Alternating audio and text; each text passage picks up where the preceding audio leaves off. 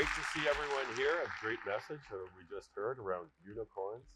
I'm going to be a little more down in the weeds in terms of what we're doing at Alectra to embrace AI and make it happen within our organization. I'm always pleased to come to this event. And Deepak did a great job talking about the journey that SEW has. 1.4 billion endpoints is like amazing. It's crazy amazing. It's like, what is the secret sauce for this company? He's a programmer. He's a really sharp guy. He's a brilliant guy. And he drives so much, he has so much ambition. But the thing that I notice most about Deepak is this. It's the heart and the soul. He's a programmer by trade, but when you put that passion into the programming, great things happen. Like 1.4 billion, 4 billion people. You've done a great job, man. I think it's awesome. Yes. We know two things. First off, we know that, number one, the investments in AI, move forward, the investments in AI are increasing. So we have Brookfield Asset Management said $7 trillion by 2030. Deepak said $1 trillion in energy infrastructure. Most of that is power grids and data centers. Lots of money being spent. Number two, we know that there is no transformation from kilobytes to megabytes to terabytes without watts, without energy, and there's no watts without wires.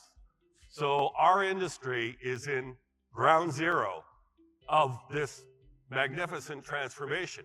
We're going to make it happen because we have the gas tank or the EV battery that fuels this transformation.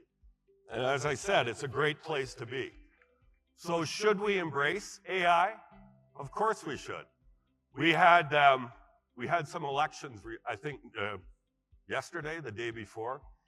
The gubernatorial elections in New Jersey and Virginia, they were talking about having a state of emergency because of electricity rate filings. They're saying they want rate freezes. We're just going into the cusp of where this thing is starting. And so we really need to turn every wheel we can to make sure that we're using AI to drive efficiency into our organization and get the social license to say we can build this infrastructure, we can do it, but we've got to take advantage of technology to make it happen. It's very important that we fully utilize this technology so that we can build out the next grid, and we can make our case to regulators and our customers that this is done responsibly. Now, it's being done today. So how is it being done today? There's many applications: system planning and load forecasting and engineering, grid design optimization. So where do we put substations? Where do we locate our assets? Renewables integration, making sure that renewables work seamlessly with the power grid. That's on the engineering side. On the construction side, I was at a conference recently, and someone was saying that all of this stuff is back office. It's about the systems in the office, but actually it's not. It's in the field too. So transmission line construction, drones and climbing robots install line hardware or can inspect insulators and conductors.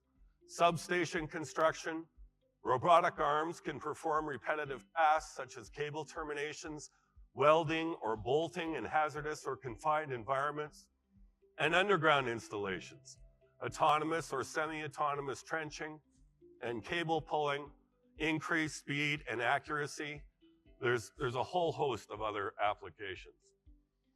On the operations side, we've got predictive maintenance, AI analyzers, sensors, and SCADA data to predict transformer and breaker failures.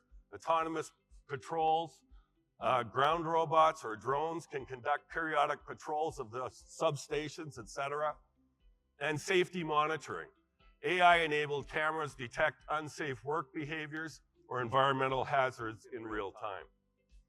This is one application that we did in our field. We used a computer vision algorithm, take thousands of shots, and on this one we identified a damaged conductor. On the right side of the insulator, there was no guy wire there, so it identified that, and we went out and we repaired it. The issue is going to be, how do you manage this change within the organization? People are naturally reluctant to always embrace it. They see what happened last week. Amazon laid off 14,000 people, and they say, my job's going to be replaced. And so they're scared of that. And so our job is to lower the temperature. And like Deepak said, it's about, this is empowering you. This is making your job more effective. You'll be a better employee. And we're in a growth industry anyways. So let's really grab hold of this. Let's embrace it. And let's make our companies more efficient so that they thrive and survive. And you thrive and survive too with it as well. To be here, I love the energy. I love the fact that we can share and learn together, build the next generation grid together.